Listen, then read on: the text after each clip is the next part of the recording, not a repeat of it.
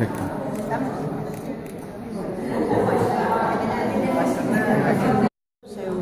A exercín o meu dereito a voto e ademais fizno con moita ilusión porque esta é unha xornada importante na que os galegos e galegas nos xogamos moito. Eu quero animar a todo o mundo a participar, a votar con liberdade, a estar nas urnas, porque este 28 de abril vamos a decidir o noso presente, o noso futuro, e temos que ir a votar, bueno, pues pensando en que Galiza que queremos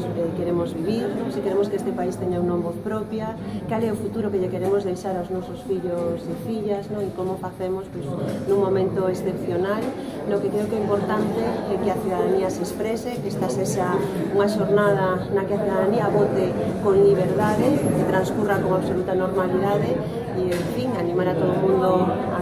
que exprese a súa voz nas urnas, porque creo que é o momento en que a cidadanía ten que facelo, pues, nun momento excepcional no que nos xogamos. Señor primeiro.